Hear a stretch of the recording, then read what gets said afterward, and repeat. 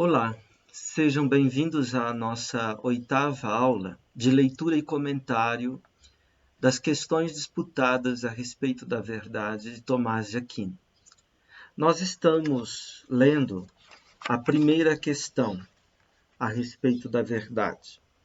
Mais pontualmente, estamos lendo e comentando o artigo 1º, que coloca justamente a questão: Quid est veritas? O que é verdade? Bem, a questão ela se desdobra em vários momentos. Na verdade, em 5 momentos.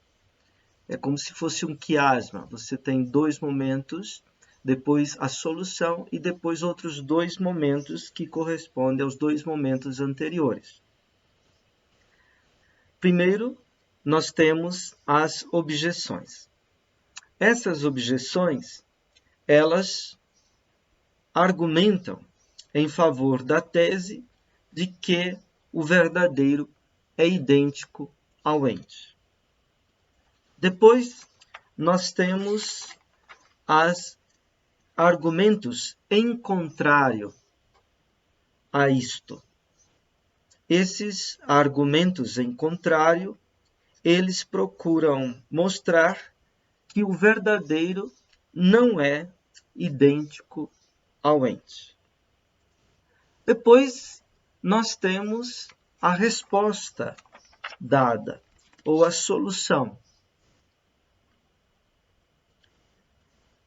E, depois da solução, nós temos a resposta às objeções que correspondem ao primeiro ponto, primeira parte desse artigo, né? Resposta àqueles argumentos que estão na primeira parte do artigo, que procuravam mostrar que o verdadeiro é idêntico ao ente. E agora chegamos na última parte do artigo, que se intitula Resposta aos argumentos em contrário. Ou seja, são respostas à segunda parte do artigo. Aquela parte que procurava mostrar que o verdadeiro não é idêntico ao ente. Bem, a posição de Tomás é de que o verdadeiro e o ente são idênticos em certo sentido, um se converte no outro, porém há uma diferença na medida em que o verdadeiro acrescenta uma razão, uma noção que não está expresso no nome ente. O verdadeiro acrescenta a relação do ente com o intelecto. Relação que é uma relação de adequação, ou de conformidade, ou de concordância, ou conveniência, como nós quisermos expressar esta relação. Bem, então vamos agora analisar estas respostas. Nós vamos cotejando a segunda parte do artigo com esta quinta parte do artigo. Bom, o primeiro argumento em contrário, ele dizia assim: é uma banalidade a repetição inútil do mesmo. Se, pois, o verdadeiro fosse idêntico ao ente, dizer que o ente é verdadeiro seria banal, o que não é verdade. Portanto, não são idênticos. Isto é, o ente e o verdadeiro não são idênticos, e a argumentação se apoia sobre esta razão de que dizer que o ente é verdadeiro não é uma banalidade, ou seja, não é uma repetição inútil do mesmo. Bem, vamos ver agora na quinta parte a resposta a esse argumento em contrário.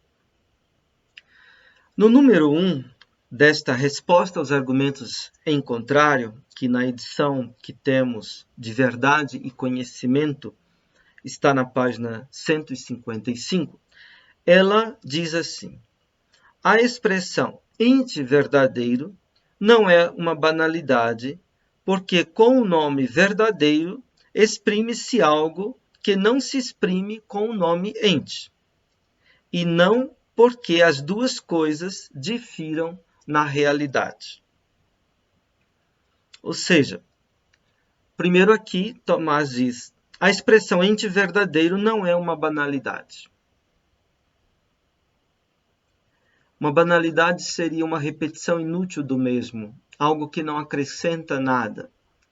Por exemplo, se alguém dissesse lenha de madeira, né?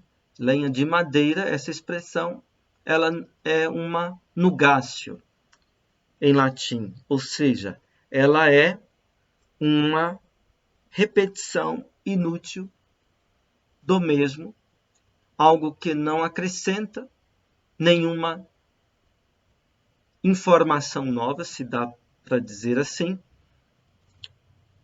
uma banalidade. Ente verdadeiro, portanto, não é uma banalidade. Por quê?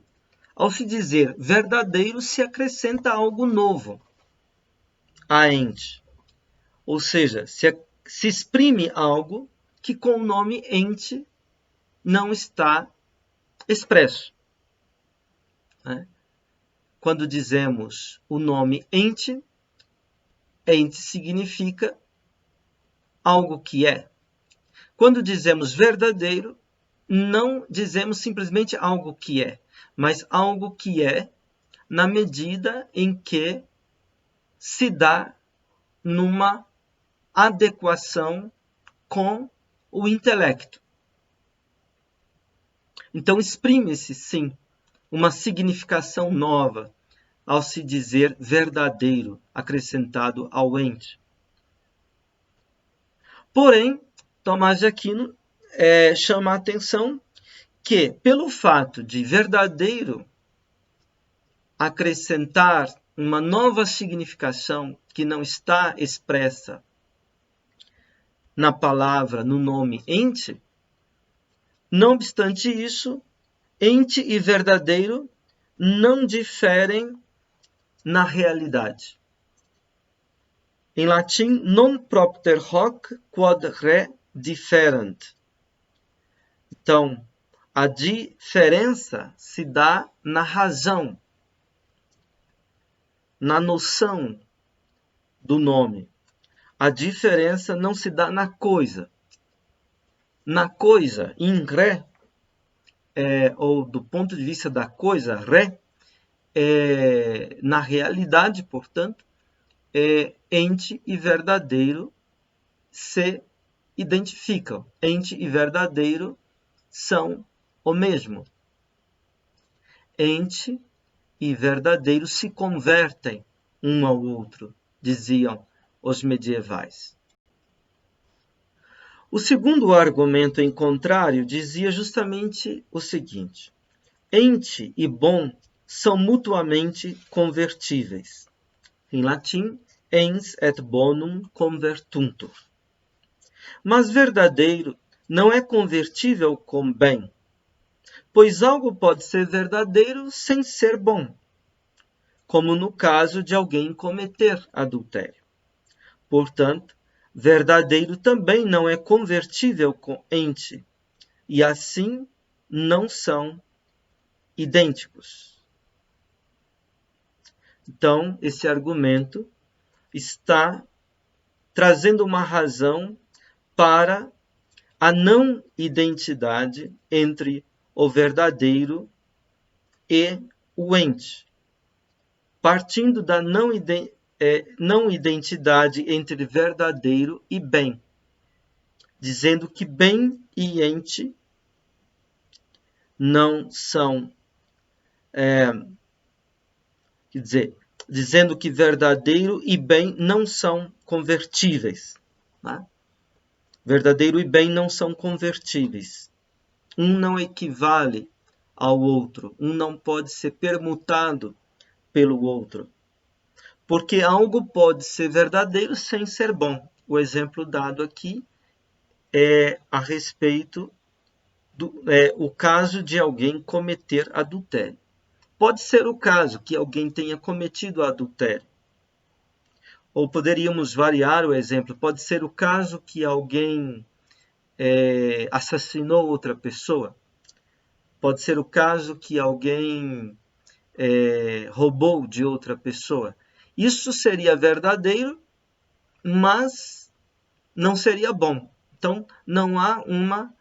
a argumentação diz, não há uma conversibilidade, uma equivalência entre verdadeiro e bom. E ente e bom são mutuamente convertíveis.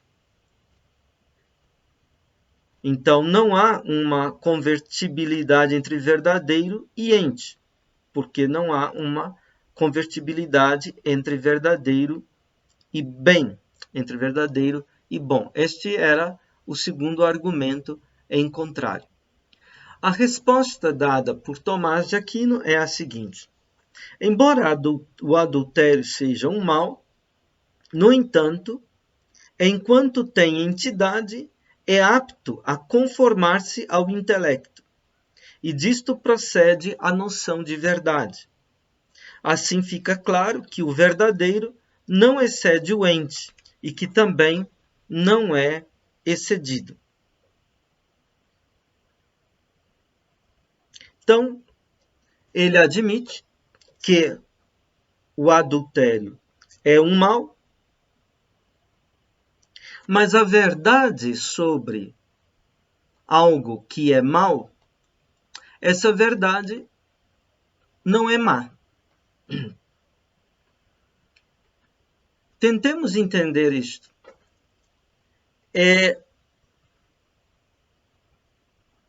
O mal é a privação do bem. Mas a privação, ela precisa se dar em um sujeito, em um suporte, em um substrato, digamos assim, como a cegueira que se dá no olho. A cegueira é justamente a privação da vista no olho. Ora, o mal é uma privação do bem, né? Mas essa privação do bem, ela precisa se dar, de certa maneira, no ser, no âmbito do ser, na entidade. Na medida em que tem algo de entidade, ele tem de verdade também. Digamos, é o caso que alguém cometeu adultério. É um fato, é real. Embora o adultério seja um mal, enquanto mal, uma privação da fidelidade matrimonial, da fidelidade amorosa, digamos assim. No entanto, enquanto o mal, enquanto privação, ele precisa estar instalado, digamos assim, num bem. Ele precisa estar instalado em algo que seja uma realidade. Digamos, a relação amorosa é uma realidade que está posta. E o adultério seria ali uma privação da fidelidade nessa relação. Né? Então, nós temos esse caráter estranho de que o mal precisa do ser, precisa do bem para ser mal, para viger enquanto mal, digamos assim. Então, Tomás diz, enquanto tem algo de entidade, algo de real, de realidade, esse algo de entidade, de real, de realidade, está apto a conformar-se ao intelecto. Em latim, secundum quod aliquid habet de entitate, natum est hoc conformari intellectui. Quer dizer, por natureza, isto que tem entidade, isso que é real, de alguma maneira,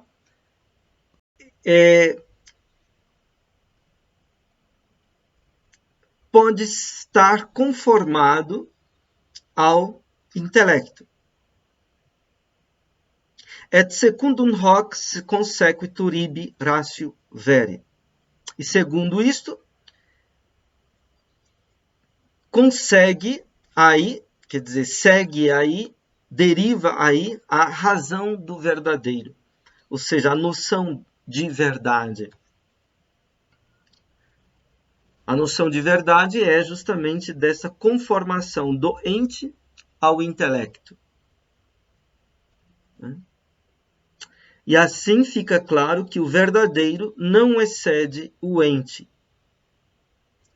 E que também não é excedido. Havia aquele argumento que dizia, né, que o verdadeiro é a respeito do ente e do não ente. A respeito do que é posição e a respeito do que é privação, ou mesmo negação. E que, portanto, o verdadeiro ele excederia o âmbito do ente.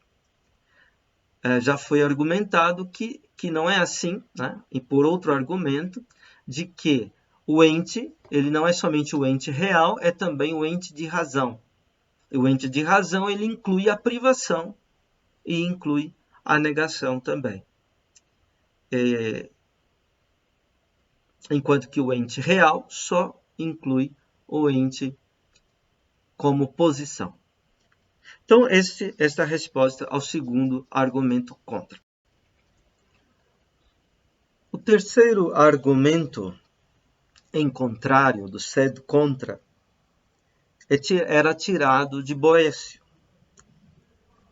do opúsculo De Hebdommadibus, os septenários. Ele dizia assim, segundo Boécio, em qualquer criatura, ser é distinto daquilo que ela é. Em latim, a formulação é in omnibus creaturis diversum est esse et quod est.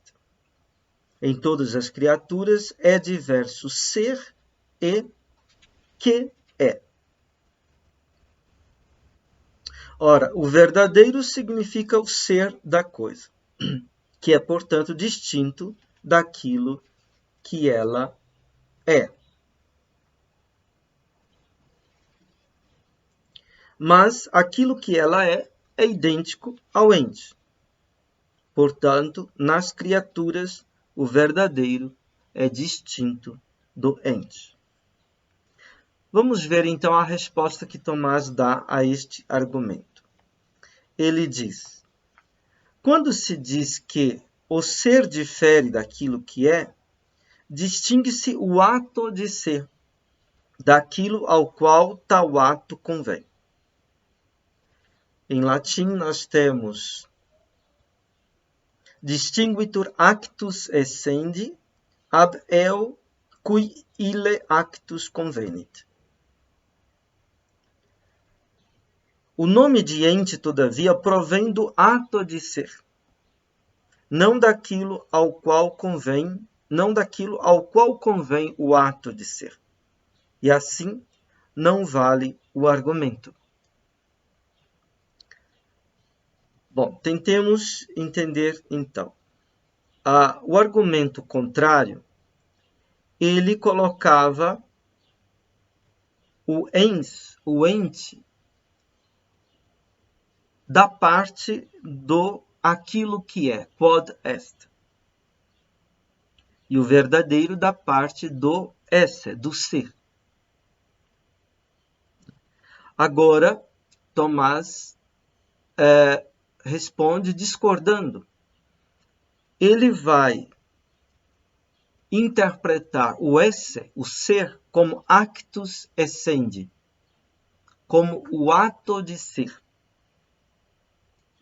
e vai dizer que o ente, ele é tomado,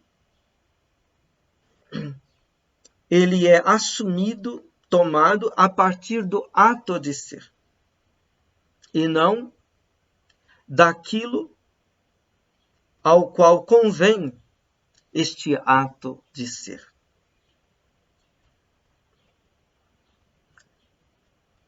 Se o verdadeiro significa o ser da coisa, então o verdadeiro vai aqui se identificar realmente com o ente.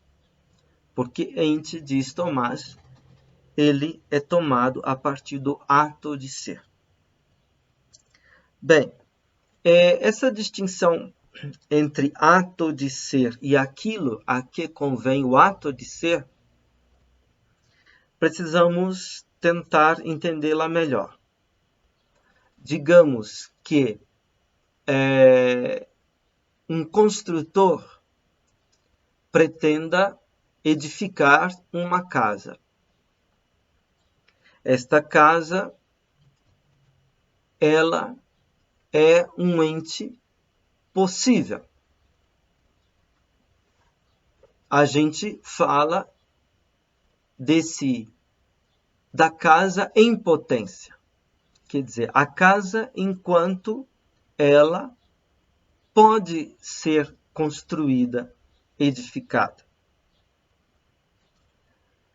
Ora, a produção da casa, que é sua construção, a sua edificação, ela vai permitir com que a casa passe da potência para o ato, da possibilidade para a sua realidade efetiva, para a sua presença aí no mundo. Então, a casa que efetivamente foi construída, edificada, a esta casa convém o ato de ser. Ou seja, não só a potência de ser, como era antes dela ser construída, mas o ato de ser. Ou seja, o ser é agora, nesta casa construída, edificada, uma atualidade. Ou seja, o ser é uma realidade efetiva, uma efetividade. Ou, se nós quisermos, o ser é um estar em obra, um estar e repousar da obra, para usar o termo de Aristóteles, energeia, que quer dizer em obra. É o ser que repousa na obra acabada. Isso se tornou esse ser consumado, esse ser produzido, trazido à luz dos gregos, se transformou na ideia do actus essendi, do ato de ser, do ser enquanto atualidade. E para nós modernos se transformou o ser enquanto atualidade em efetividade, o ser enquanto aquilo o ser enquanto a efetividade do efetivo, a realidade efetiva do real. Então, o argumento de Tomás é que o ente, ele não deve ser tomado a partir daquilo a que convém o ato de ser, no caso, a casa. O ente, ele precisa ser tomado a partir do próprio ato de ser. Então, a noção de ente é a noção do ato de ser. Então, se o verdadeiro significa o ser da coisa, o verdadeiro significa a atualidade da coisa, o ato de ser da coisa. Nesse ponto, não há uma diferença real entre o verdadeiro e o ente. Esta, grosso modo, é a argumentação de Tomás. O quarto argumento, em contrário, ele se baseava em duas sentenças ou autoridades. Uma do Liber de Causis, livro das causas, e o outro do comentador, isto é, de Averroes. Ele começava dizendo: são necessariamente distintas as coisas dispostas segundo um antes e um depois.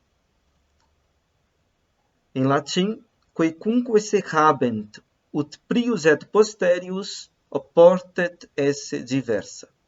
Ou seja, quaisquer coisas que se atêm num relacionamento enquanto primeiro e posterior, importa que são diversos. Segue o texto. Ora, é o que ocorre com a disposição do verdadeiro e do ente, como se afirma no livro de Causes, proposição 4. O primeiro na criação das coisas é o ser. E o comentador diz, no mesmo livro, que tudo o mais são como que determinações do ente, e assim são posteriores ao ente. Portanto, o verdadeiro e o ente são distintos. Bem, então aqui nós temos uma ordem entre, ou seja, um relacionamento em que há um primeiro e há um posterior, um anterior e um posterior. O ser é anterior, o verdadeiro é posterior. Ora, aquilo que é anterior e aquilo que é posterior são diversos. Naturalmente, algo não pode ser anterior e posterior a si mesmo, enquanto si mesmo. Então, são diversos aquilo que é anterior e aquilo que é posterior. Importa que sejam diversos. Verdadeiro e ente estão nessa relação, nesta ordem. O ente vem primeiro, o verdadeiro vem depois. Aqui há, então, a evocação da sentença do Liber de Causis de que a primeira das coisas criadas é o ser. Né? E a outra sentença é a de Averroes, de que todas as outras coisas que não sejam o ser se dizem pela determinação do ente. Em latim, per informationem de ente. Por uma informação que procede do ente. Então, o verdadeiro é dito verdadeiro a partir de uma determinada informação que se diz desde o ente. Nós vimos que o verdadeiro é o ente enquanto ele se conforma, se adequa, convém ao intelecto daquele que apreende esse ente. Bom, vejamos então a resposta de Tomás de Aquino. A quarta resposta aos argumentos em contrário diz assim: o verdadeiro é posterior ao ente, porque a noção de verdadeiro difere da noção de ente, como foi dito.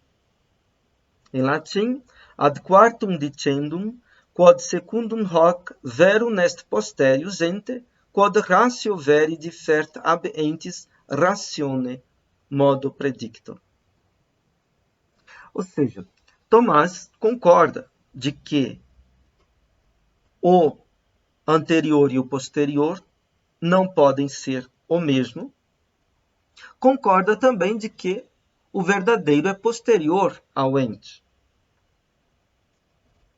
No entanto, a diferença entre o ente e o verdadeiro não é uma diferença in re, ou diferença na perspectiva da coisa, do real. Uma diferença real.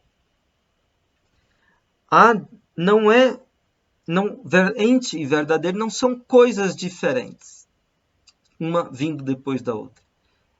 Ente e verdadeiro são idênticos, são o mesmo, no real. São diversos na ratio, na noção. Ou seja, a noção de verdadeiro é diversa da noção de ente. Embora ela provenha da noção de ente, ela acrescenta algo de novo, que é justamente essa conveniência do ente ao intelecto. Então, a diferença não é uma diferença real, é uma diferença de razão, uma diferença, melhor dizendo, de noção, né? O nome verdadeiro tem uma noção, né, que é diferente da noção do nome ente. Porque o nome verdadeiro diz ente que se adequa ao intelecto. Então, esse foi o quarto argumento. O quinto argumento, em contrário, dizia: aquelas coisas que se dizem em comum da causa e dos efeitos são mais unas na causa do que nos efeitos, e sobretudo mais em Deus do que nas criaturas. Bem, por exemplo, se nós dizemos em comum a bondade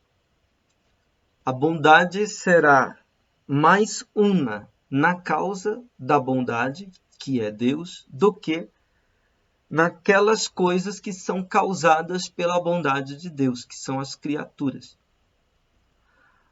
As criaturas serão boas, mas a bondade nas criaturas será menos una do que a bondade em Deus, que é a própria causa da bondade das criaturas.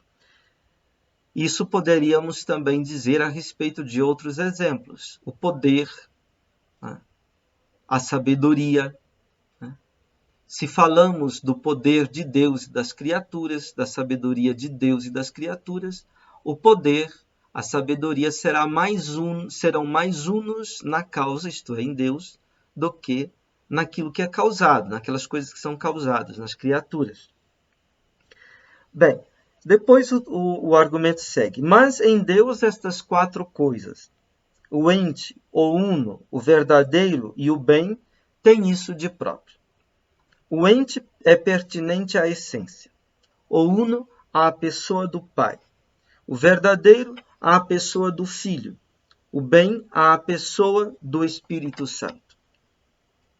Bem, aqui nós temos um entrecruzamento da doutrina medieval ontológica, metafísica dos transcendentais, essas transcendências, como diziam os medievais, o ente, o uno, verdadeiro e o bem. Temos o entrecruzamento dessas noções transcendentais com a Trindade, o Deus unitrino.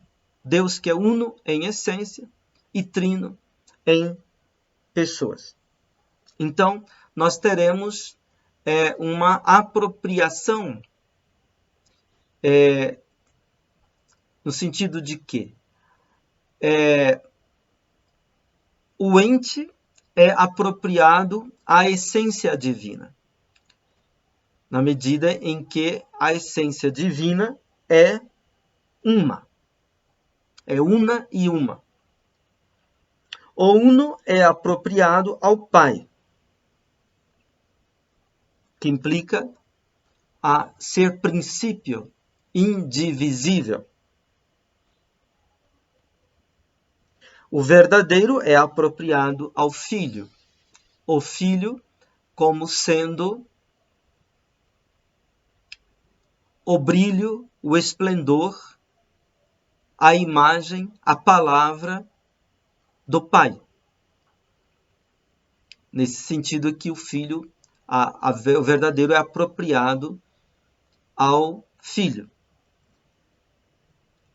O bem ou a bondade é apropriado ao Espírito Santo, que na doutrina da teologia cristã, o Espírito Santo é o amor do Pai e do Filho. É a própria vida, o próprio sopro do amor, a vitalidade do amor do Pai e do Filho.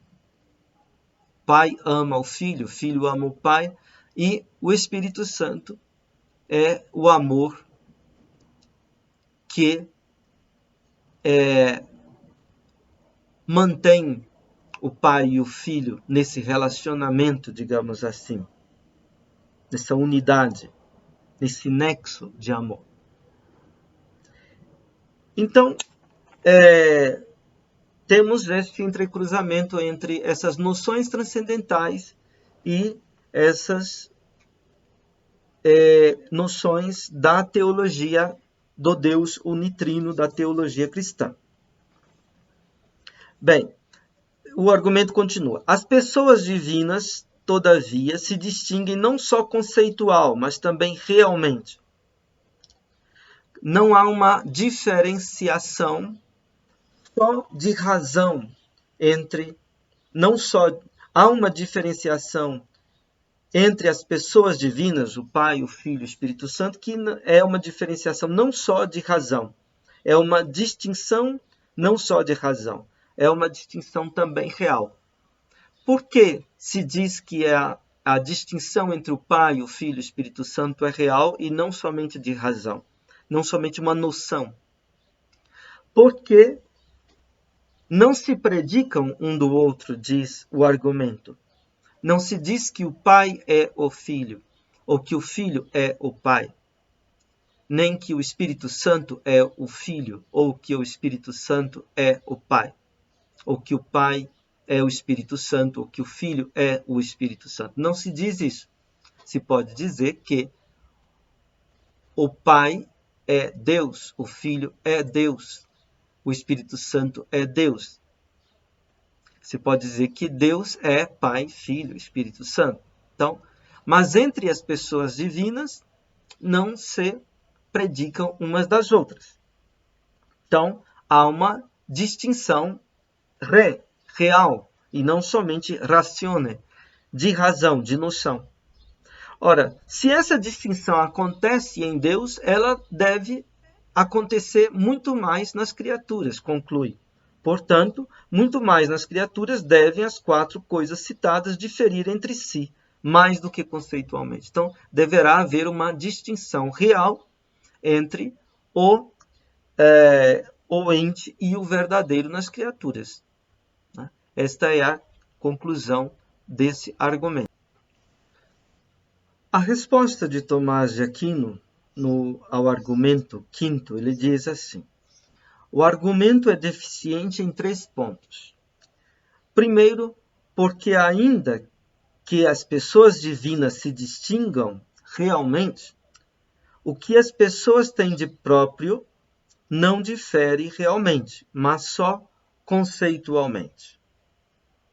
Esse é o primeiro ponto. Vejamos, Tomás concorda que as pessoas divinas se distinguem realmente. Realmente, o Pai não é o Filho não é o Pai, o Espírito Santo não é o Pai, não é o Filho, e assim por diante. Se distinguem realmente.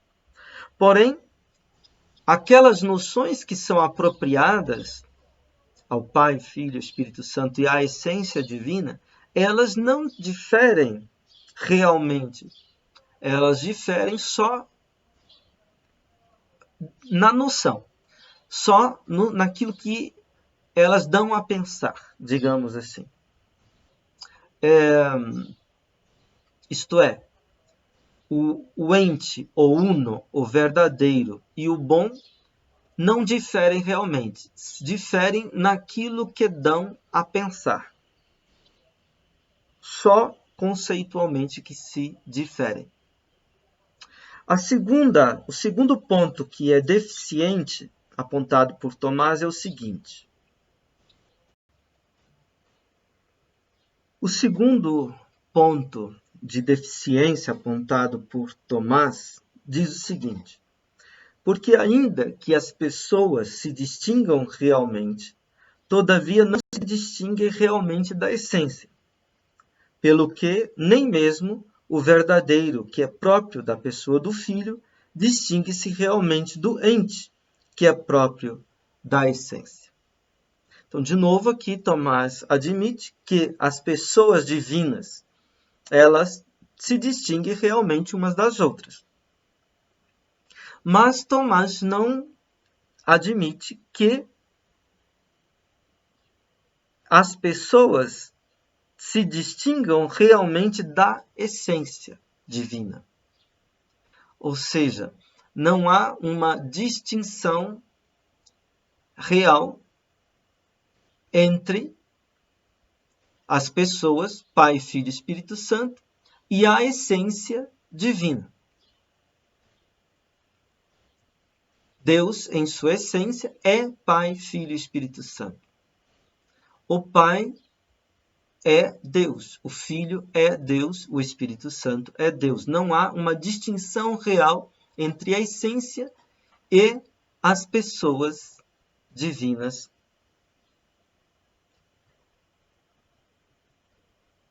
Neste sentido também, Tomás vai dizer aquilo que é apropriado à pessoa do Filho, o verdadeiro, não se distingue realmente do ente, que é apropriado à essência divina. Então, reafirma-se a não distinção real, a não diferença real entre o verdadeiro e o ente. A terceira deficiência apontada por Tomás de Aquino é a seguinte: porque, embora tendo o uno, o verdadeiro e o bem, maior unidade em Deus do que nas criaturas, não é todavia necessário que, por se distinguirem em Deus, distingam-se realmente nas criaturas. Isso ocorre efetivamente com aquelas coisas às quais não compete, por seu próprio conceito, identificarem-se realmente, como a sapiência e a potência, as quais, mesmo sendo idênticas em Deus, nas criaturas distinguem-se realmente. Mas o ente, o uno verdadeiro e o bem, pelo seu próprio conceito, são idênticos na realidade, pelo que, onde quer que sejam, identificam-se realmente, ainda que a unidade que tenham em Deus seja mais perfeita do que a que tenham nas criaturas. Bem, aqui é importante notar que há coisas que, segundo o seu próprio conceito, são diversas, diferentes, não se identificam, como a sapiência e a potência. A sabedoria e o poder não são idênticas, segundo a sua noção, segundo o seu conceito, a sua razão.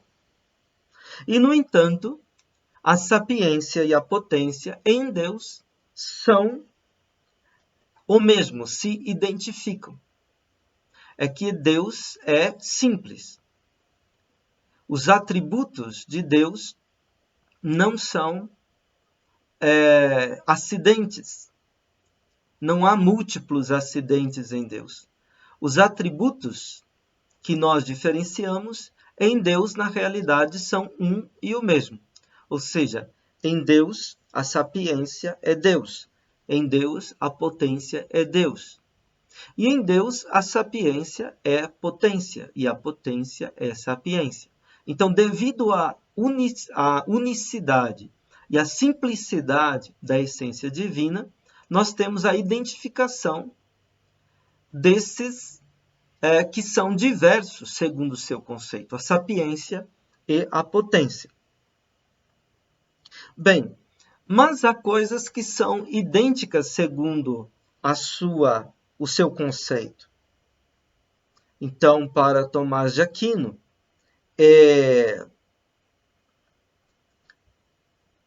estas coisas, como o ente, o uno verdadeiro e o bem, se identificam realmente, quer em Deus, quer na criatura. A única diferença é que em Deus há uma unidade mais perfeita entre o ente, o uno, o verdadeiro e o bem do que há na criatura. Mas quer em Deus, quer na criatura, se identificam. Isto é, todos estes 5 argumentos falam contra uma identidade real entre o ente e o verdadeiro. Admitem uma distinção, uma diferença apenas na noção, apenas de razão, na medida em que o verdadeiro acrescenta ao ente uma noção que não está exprimida, que não se expressa no nome ente. Verdadeiro acrescenta a adequação do ente ao intelecto.